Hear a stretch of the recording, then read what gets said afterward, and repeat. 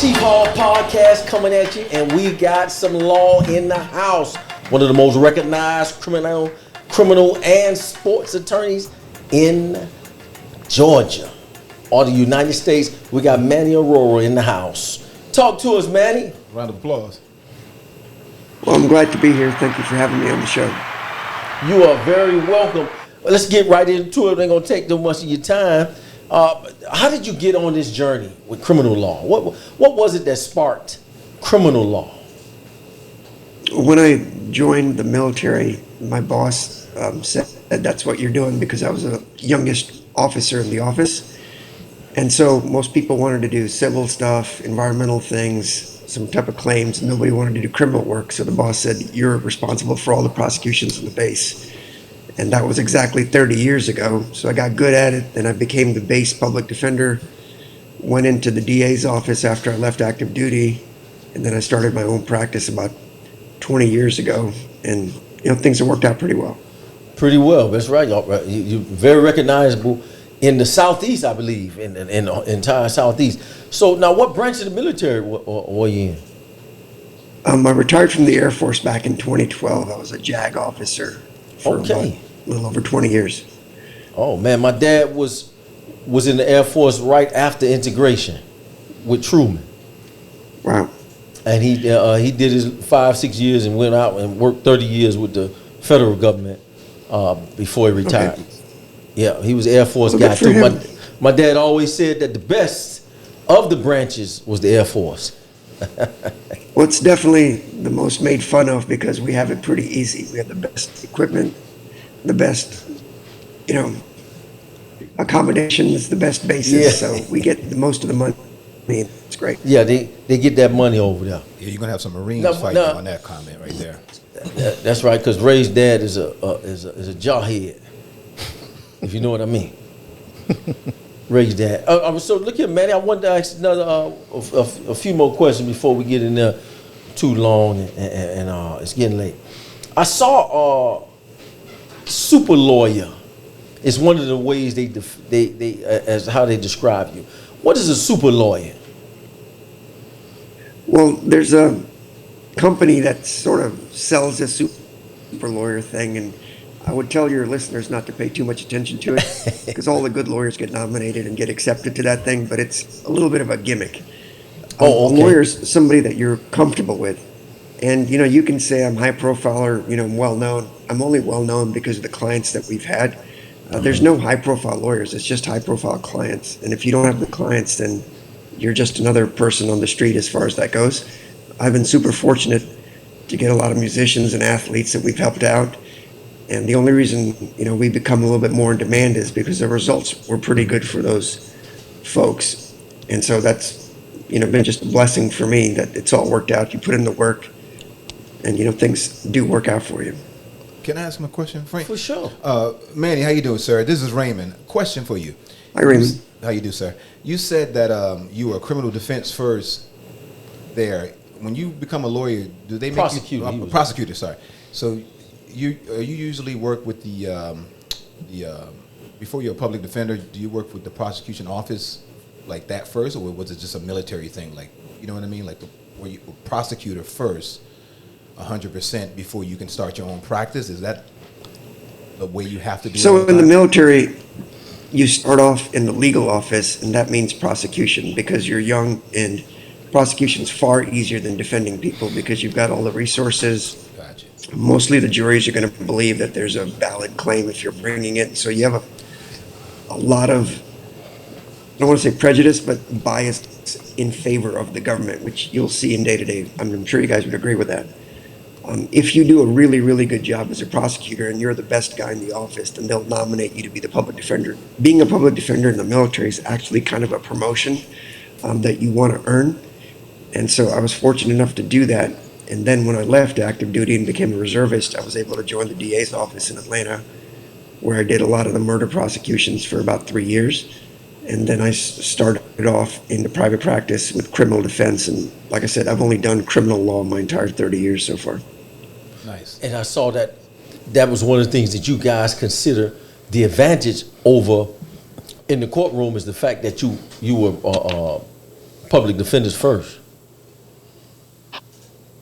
Right. If you've done all the sides, and arguably you can think more like them. I mean, there's plenty of good defense lawyers that have never done prosecution.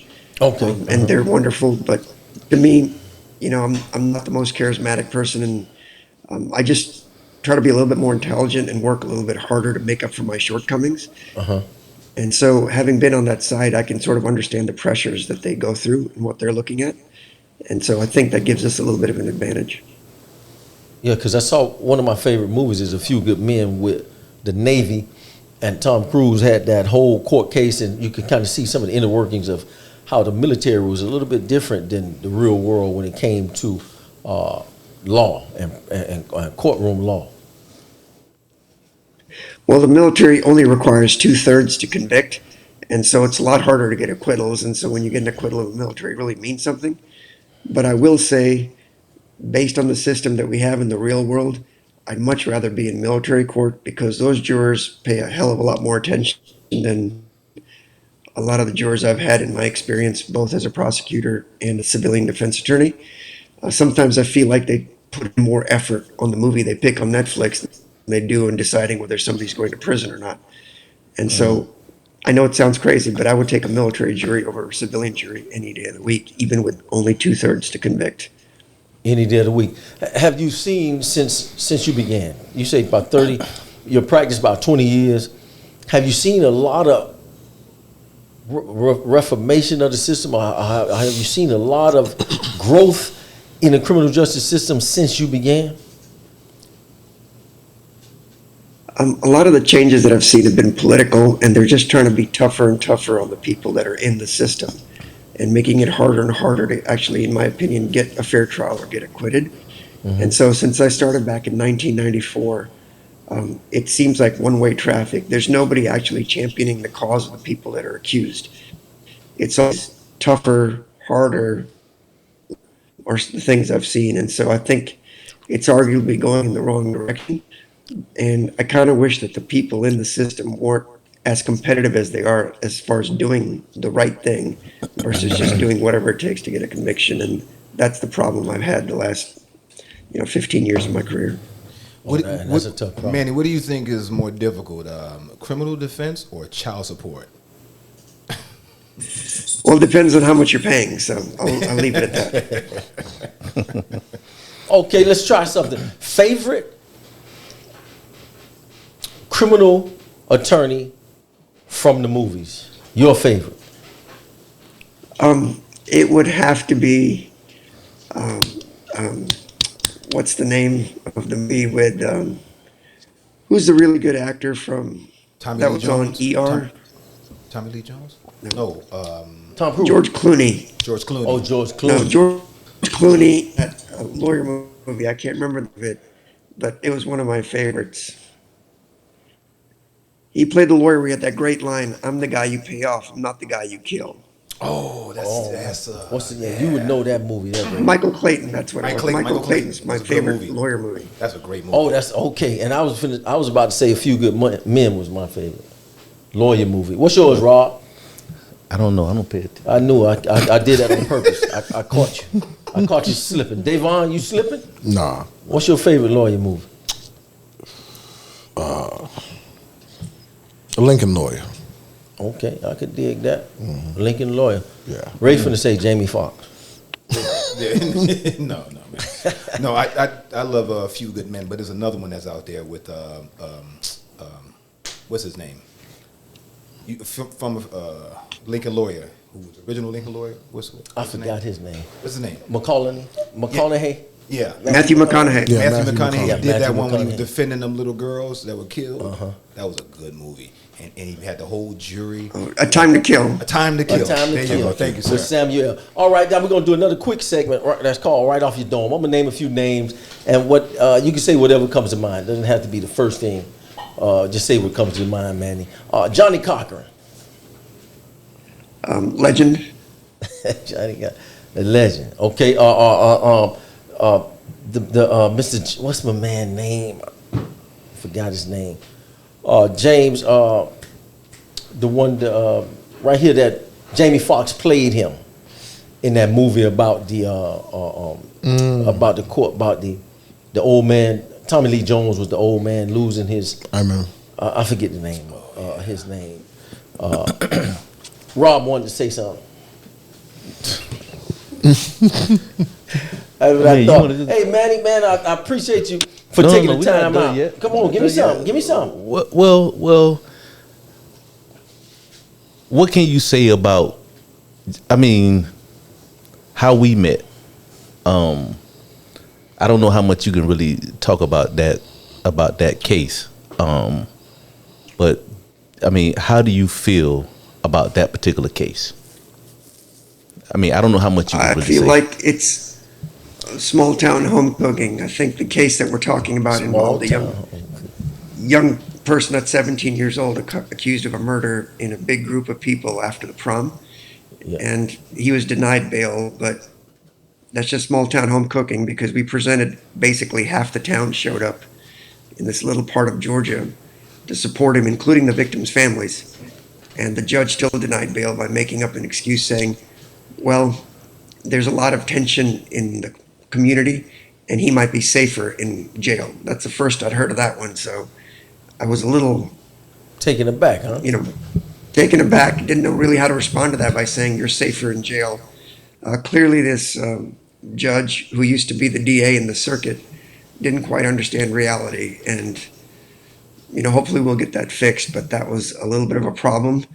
And I know some of your relatives were involved in that. And I don't know how comfortable you are, but it's all public record. But it just seems like one-way traffic. If the DA doesn't present evidence, just says don't do it, the judge is like, okay, I ain't gonna do it. It just requires a backbone that I just don't think the judiciary has anymore, because when everything's documented on video, being recorded, nobody wants to look like they're not tough on crime, because as I tell people, no judge loses their job by being tough on criminals. They lose their job by actually following the law and saying maybe this person, no matter what they're charged with, possibly didn't do it. And that's where they get all the problems. And so nobody's going to question the fact that they just hammer people, and that's just what we've come to.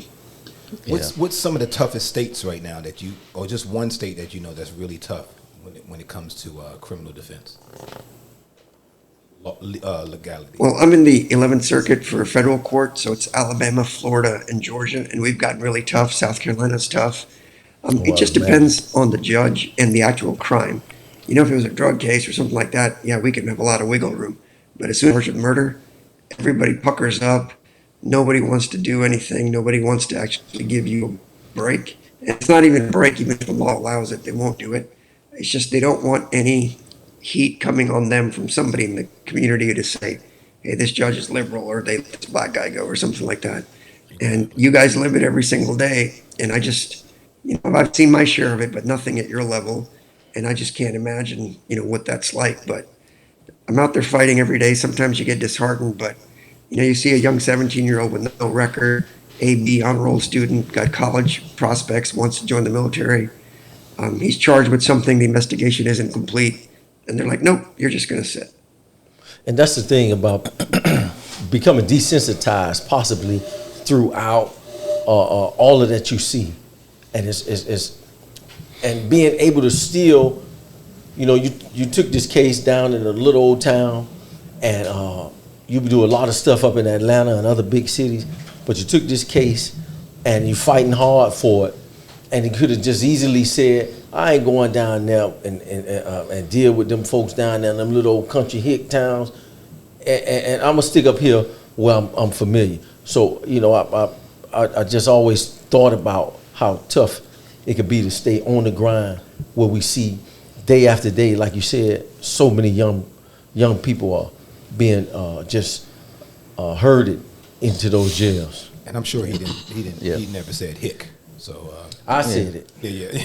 Well, you said it. Well, let me just go on record and just say, right, that the relative is my son, that Manny is representing in this case.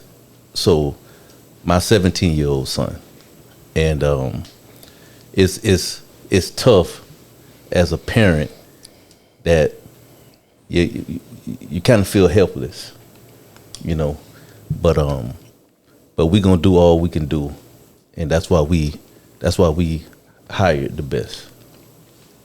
Yeah, that's right, so Manny. so Manny, would it be difficult more in a commonwealth than a state than something like Georgia? Well, no, I mean, the Commonwealth of Virginia or whatever, they all have the same similar rules. The problem is just getting past the biases of the people, because a lot of the people that are sitting in judgment as the jurists can't relate to the people that are actually labeled as a defendant. And, until we get some proportionality as to the people sitting as judges compared to the population that they're serving, it's going to be hard, because culturally you just cannot understand the problems that are going on. Now, granted, we have too many guns in the world, and hopefully, this wouldn't have happened had the guns not been available. But there are some gang members that were involved. There's some threats that were made, and you can defend yourself. And, they don't have ballistics. They don't have this in this case, but because you've been arrested, you're automatically the bad guy. And it just breaks my heart, but that's what my calling is. And that's why I do it. I don't care where I have to go to do it if the people are right. It's not even about the money or anything like that. It's that I want to influence people's lives, and good people like this young man, deserve the best that I can get. Because if something bad's going to happen, it's going to be over my 100% maximum effort. And some of my lawyers, I've got 6 lawyers that work with me, so I've got 2 people else working on the case with me. So, we're hoping for a good result. Granted, we're going to have a mostly white jury on this thing, and but I expect the best. Hopefully, they just have a heart. It's not about color. And we really appreciate the dedication. I saw it. I still see it in everything you did at that courtroom. And we really appreciate you taking this case. And Andrew Gant, I spoke to him also to have him come on the show the next time he's in South Florida. For those that don't know, Andrew Gant is he's a friend of mine that introduced us to Manny, because he's working with you on a lot of different stuff. Right. Yeah, no, Mr. Garrett is a really nice guy. He's probably taught me more about cell phone law and the mistakes that the government makes. The problem is, the government teaches itself. They don't actually hire engineers from T-Mobile or Verizon or anything like that to talk about that, which is, you should ask yourself, why aren't we calling those people as witnesses? It's because the information is inherently unreliable when they do cell location data based on the technology. And they have policies in all these companies not to come and testify because it's just not accurate. It can put you in a general area, but you know how the government tries to say, he was here, he must have done it. And so Andrew Garrett is helping me debunk that. We're working on some articles. Andrew's helped lawyers up in Pennsylvania and some other places, beat some cases. And I'm hoping it goes there. It was just like with DNA, with the old system. It wasn't as accurate as everybody thought. It's gotten way more accurate now. But the technology isn't always foolproof. The judges just defer to whatever the government says because it sounds good and it gets people in prison. But you actually have to have an open mind and, like I said, a spine to say, you know what, I don't think the science is there. I'm going to do the right thing, even if it means somebody goes free. They all say that in their campaigns and their policies, that I'm going to do the right thing. It never seems to work out in practice. Yeah, Garrett is the last name. I'm saying Willie Garrett. Yeah. So we really appreciate you coming in and taking your time out to come and talk with us on Chief Hall Podcast. Round of applause for Mr. Manny. Yeah. What you saying? You got another question? No. I want to make sure that Manny, you give all of your contact information, because I think he works not only in Georgia but like also in Florida, other states too, Southeast. as well.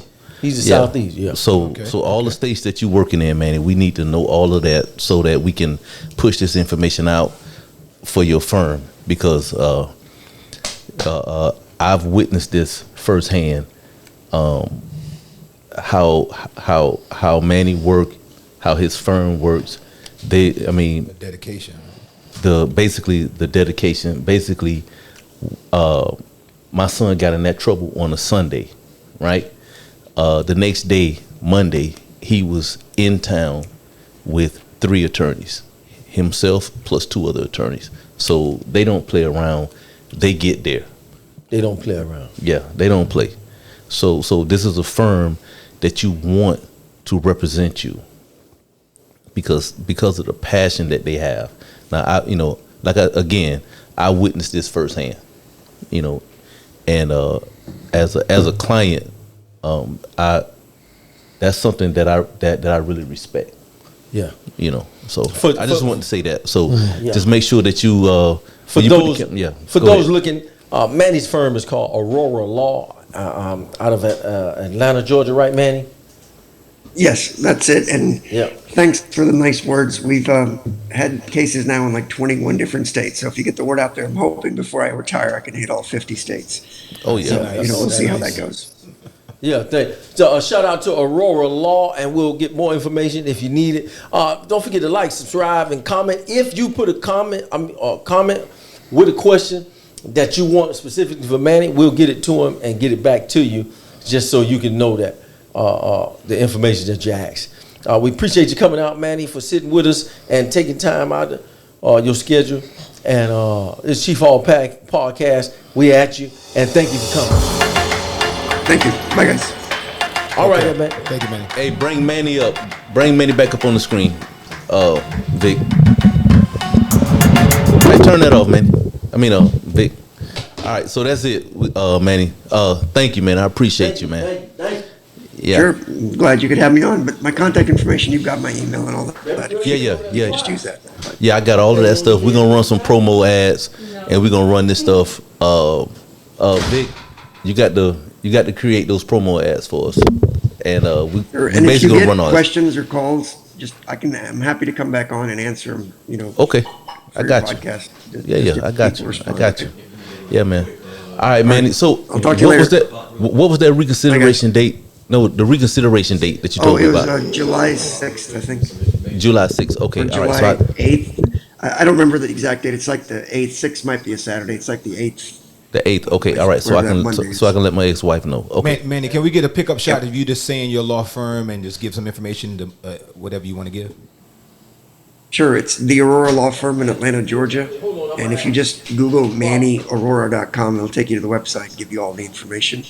And like I said, we've got a briefcase and we'll travel to whatever part of the country people want us to go to. So I'm looking forward to helping. Okay. Yes, sir. All right. Thank you, Manny. I appreciate you, man. Hey, give us some hand claps. Applause.